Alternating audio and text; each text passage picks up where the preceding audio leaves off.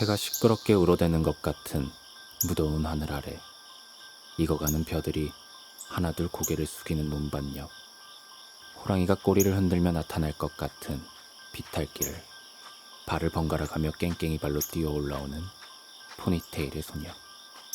하늘을 닮은 푸른색 민소매 원피스를 입은 소녀의 왼손엔 선풍기라도 된 듯 빙빙 돌아가는 검정 비닐봉투가 들려있고, 오른손엔 녹기 시작한 반쯤 핥아먹은 아이스바.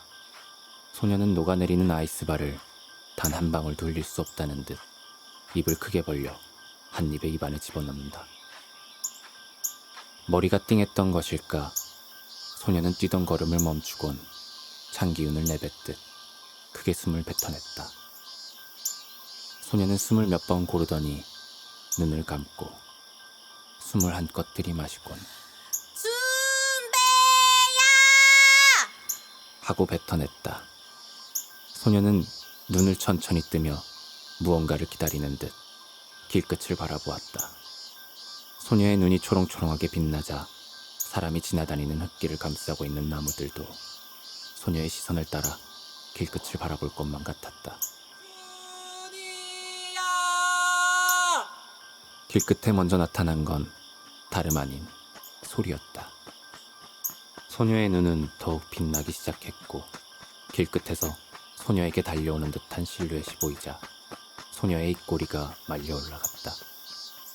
소년의 얼굴이 눈에 들어올 때쯤 소녀의 발이 움직였고 서로에게 가까워지기 시작했다. 소녀는 자신의 웃음을 감출 생각이 전혀 없는 듯 소녀를 보자 소리내어 웃으며 소녀의 앞에 섰다. 흰색 민소매 티에 검은 반바지, 머리는 맥반석 계란을 닮은 까까머리, 거무잡잡한 피부가 소녀의 하얀 피부와 너무나 대조돼 보였다. 소년을 따라온 바람이 소녀의 볼을 간지럽히자 소녀는 웃으며 비닐봉투를 내밀며 말했다. 이거 네 거야. 소녀는 비닐봉투를 받아 아이스바를 꺼내고선 해벌쭉 웃었다. 고마워. 소녀는 소년의 옆에 서서 비탈길을 오르기 시작했고, 소녀는 소녀의 옆에 서서 아이스바와 소녀를 번갈아 보며 나란히 걸었다. 어느새 낮게 둘러진 담장과 초록색 대문이 보였고, 소녀는 소녀의 앞을 뛰어가 능숙하게 문을 열곤 소녀가 들어올 때까지 기다렸다. 소녀가 소년을 지나쳐 조그맣게 난 툇마루에 걸터 앉자 소년도 소녀의 옆에 따라 앉았다. 소녀는 아이스바를 꺼내 입에 가져갔다. 소녀는 문득 생각난 듯 말했다. 나 오다가 뱀 봤는데. 소녀는 얼굴을 찡그리며 말했다. 난 뱀이 싫어.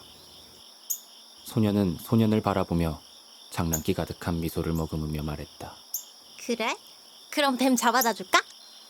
나는 뱀이 싫다니까? 그니까 잡아. 헉! 뱀이다. 소녀가 말을 하다 말곤 소년의 뒤쪽을 가리켰다. 소녀는 화들짝 놀라 자리에서 펄쩍 뛰어 올랐고, 소년의 손에 들린 아이스바도 놀란 듯 소년의 손에서 뛰어 올랐다. 소년의 아이스바가 소녀의 발 옆에 불시착하자 소녀는 태연하게 집어들며 말했다. 뻥인데. 소녀는 소녀가 가리킨 곳을 한번 쳐다보곤 얼굴이 빨갛게 익어갔다. 소녀는 억울한 듯 울상을 지었다가 소녀의 손에 들린 아이스바를 보며 아쉬운 듯 입맛을 다졌다. 소년의 빨개진 볼과 툭 튀어나온 입술을 보던 소녀가 배시시 웃곤 마당 가운데 있는 수도가로 걸어갔다. 수도가에 선 소녀의 등을 바라보던 소년의 귀에 끼익 물을 끌어올리는 쇳소리가 파고들었다. 뭐 하는 거야? 소년이 물었다.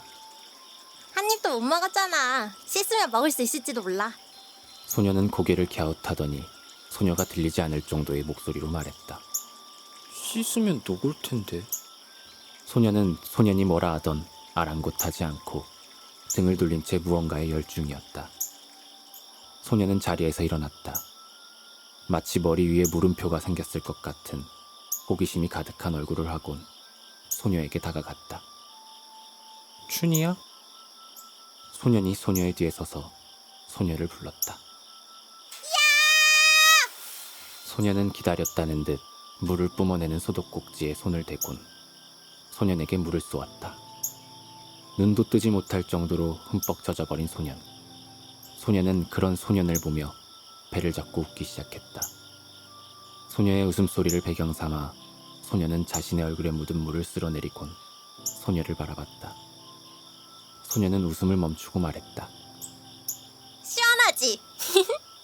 소년이 씩 웃더니 옆에 있던 물이 가득한 빨간 대야에 있는 파란 바가지를 들고선 소녀에게 부어버렸다. 소년처럼 물이 흠뻑 젖어버린 소녀. 그런 소녀를 보며 소년이 물었다. 시원하지? 소녀는 물이 뚝뚝 흐르는 머리로 수도가에 주저앉았다. 소녀가 주섬주섬 움직이더니 한 손에 호스를 잡고 일어나 소년의 얼굴 앞에 가져갔다. 전쟁의 신호탄 같은 소녀의 함성과 함께 호스는 물을 뿜고 소년의 바가지는 쉴 새 없이 움직이다 하늘을 날았다. 소년과 소녀의 물방울이 그들의 숨 닿을 거리를 가득 채우고 이내 손 닿을 거리를 가득 채우곤 하늘을 수놓았다. 유리구슬 같던 물방울들이 빨리 오라 손짓이라도 하였는지 담장 안쪽엔 7색깔의 무지개가 소담스럽게 피어났다.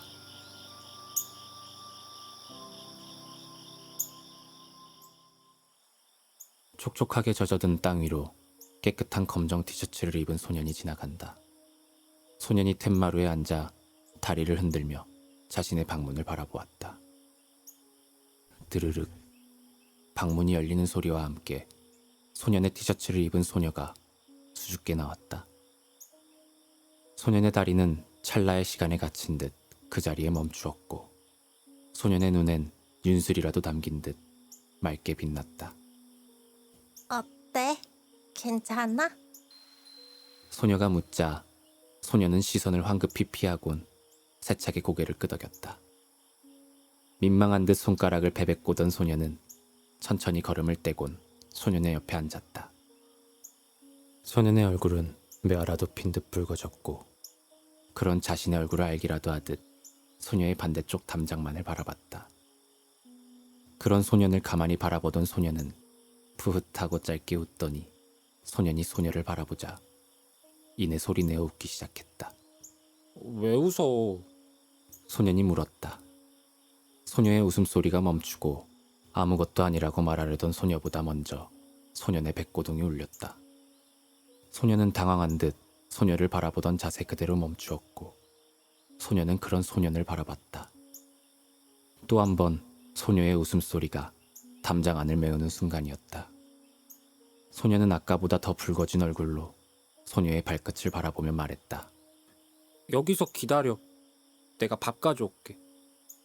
황급히 말을 끝낸 소녀는 툇마루의 끝을 지나 부엌으로 종종거리며 사라졌다. 소녀는 소년이 사라진 부엌을 바라보다 자신의 손으로 배를 감쌌다. 뒤늦게 출발하려는 소녀의 백고동을 소년이 들을 수 없길 바라며 소녀의 등 뒤로 낡은 하얀색 선풍기가 달달거리며 돌아가고 있다. 꽃무늬 그림이 그려진 은색 밥상을 들고 부엌을 빠져나온 소녀는 소녀의 앞에 밥상을 내려놓곤 맞은편에 털썩 소리를 내며 앉았다. 소년의 이마에 방울진 땀들이 흘러내리자 소년은 선풍기로 손을 뻗어 소년에게로 바람을 인도했다. 밥상 위에 놓여진 김치와 분홍 소시지, 멸치볶음, 계란 후라이와 미역국, 그리고 밥 2공기. 소년은 젓가락을 들더니 자신의 밥그릇을 유심히 바라보며 밥 안에 숨어있는 콩을 골라내기 시작했다. 조심스럽게 하나, 둘 골라내는 소년을 보던 소녀가 한숨을 내뱉곤 말했다. 너 아줌마한테 다 이른다. 소녀는 황당하다는 표정을 하고 물었다. 그러는 너는 소년의 시선이 향하는 곳엔 어느새 소녀의 콩으로 가득 찬 그릇이 된 빈 그릇이 있었다. 소녀는 황급히 손을 뻗어 그릇을 가리곤 말했다. 나는 심으려고 하는 거야. 심으려고. 콩 심으면 구름이도 갈 수 있어. 소년의 입에선 바람 빠지는 소리가 났고 소년의 눈은 어이없다는 눈으로 소녀를 바라봤다. 잠시간 소년의 시선을 받아내던 소녀가 콩이 담긴 2개의 그릇을 집어들며 말했다. 너 다 먹어라. 소년이 말릴 새도 없이 소녀는 소녀의 손에 들려있는 콩을 소년의 밥 위로 냅다 부었다. 소녀는 세상을 잃은 듯한 허망한 표정으로 밥을 바라보다 절망 섞인 목소리로 말했다. 드디어 다 골랐는데. 소년의 등 뒤에 흐릿한 물체가 보일 것만 같은 소년의 표정을 무시하곤 소년은 밥 한 숟갈을 떠선 입에 가져갔다. 꽃무늬 그림이 그려진 은색 밥상 위, 수북히 쌓인 콩그릇 주위로 깨끗하게 비워진 그릇들이 보인다. 꽤나 오랜 시간 함께한 그릇들을 뒤로 한 채 툇마루에 걸터 앉은 소년의 무릎을 베고 누워있는 소녀. 뉘엿뉘엿 넘어가는 해가 소녀의 볼을 간지럽히고 소녀는 기분 좋은 미소를 품곤 소년을 올려다봤다. 땅거미진 하늘을 가만히 바라보던 소년이 자신을 쳐다보는 시선을 느끼곤 소녀를 내려봤다. 소녀는 손을 뻗어 붉어진 소년의 볼을 감쌌다. 내가 없으면 넌 심심하겠지? 소녀의 물음에 소녀는 고개를 끄덕였다. 내가 없으면 너는 나를 기다릴까? 소녀는 또 한 번 고개를 끄덕였다. 내가 없으면 넌 허전할까? 소년이 또 고개를 끄덕였다. 내가 없으면 소녀는 말을 멈추고 자리에 앉아 소년을 바라봤다. 내가 없어도 밥 잘 챙겨 먹고 하루에 한 번은 꼭 웃어준 배야. 소녀는 말을 마치곤 소년의 입술에 자신의 입술을 포겠다. 석양의 황금빛 노을이 소녀와 소년을 감싸고 미닫이 문에 그려진 그들의 그림자도 입술을 포겠다. 영원했으면 좋을 찰나가 지나고 더욱 짙어진 노을이 서둘러 물러가고 있었다. 소녀는 입술을 떼곤 소년을 보며 지그시 미소를 지었다. 소녀는 자리에서 일어나 떠날 사람처럼 소년에게 등을 보였다. 그런 소녀의 등을 보던 소년이 소녀의 손목을 잡았다. 부서지기라도 할까, 사라지기라도 할까. 힘을 주지도 그렇다고 힘을 주지도 않은 그 중간에 어디에 있을 소년의 몸짓이 소녀에게 닿았다. 안 가면 안 돼? 소년이 떨리는 목소리로 묻자 소녀는 떨리는 소년의 손을 지그시 눌러 떼어 넣었고 소년을 보곤 한없이 슬픈 눈을 금방이라도 차오를 듯한 유리구슬들이 바닥에 떨어지지 못하게 하는 것처럼 눈을 희게 웃었다. 그녀는 떠났다. 어둠이 찾아온 담장 안에 그녀는 더 이상 존재하지 않았다. 집안 곳곳 그녀의 손길이 닿지 않은 공간도 물건도 존재하지 않을 터인데 그녀의 흔적이 가득한 이 담장 안에 그녀만이 존재하지 않았다. 그리고 그녀가 앉아있던 툇마루엔 노인이 되어버린 백발의 소년이 앉아 눈을 감고 있었다. 그의 손에 들린 그녀의 사진. 그녀는, 아니, 소녀는 담장 안에 존재하지 않지만 아직 소년의 안에는 존재하는 듯 소녀는 기분 좋은 미소를 지어 보였다. 떠나야 하는 소녀가 자신의 걱정 때문에 편안히 가지 못할까 노심초사하며 행여 뒤돌아볼까 혹여나 마음 쓰이진 않을까 걱정하며 소녀는 그렇게 슬픈 눈을 감추고 웃으며 가장 찬란했던 가장 청연했던 소년을 우리를 추억했다. 애트시